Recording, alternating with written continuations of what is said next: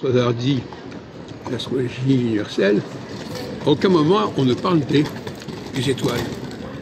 C'est une très grave erreur, une très grave lacune. On ne peut pas comprendre les planètes sans comprendre les étoiles. Parce que les planètes se situent par rapport aux étoiles et s'inscrivent par rapport aux étoiles. D'ailleurs, le mot étoile, à mon avis, est utilisé pour les personnages importants et déplacés. Parce qu'une étoile, par définition, c'est quelque chose d'extrêmement anonyme, extrêmement vague, extrêmement multiple.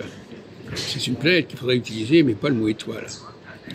Cela dit, dans une société, on voit bien qu'il y a, à certaines mesures, des gens au visage anonyme, qu'on peut confondre entre eux, notamment le cas des Africains, on a du mal à les reconnaître.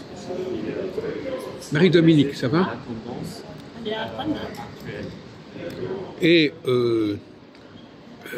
donc, on pourrait dire que la nuit est étoilée, en quelque mesure, quelque part, et la nuit est noire.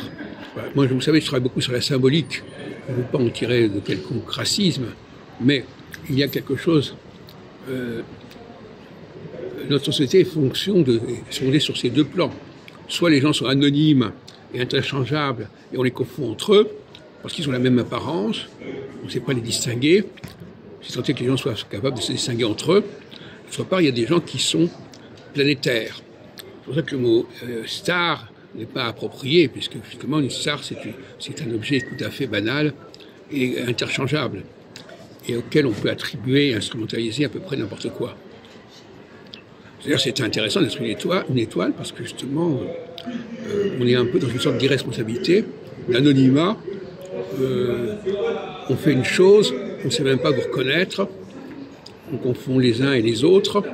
Donc la condition stellaire, c'est pas la condition solaire, si on peut dire.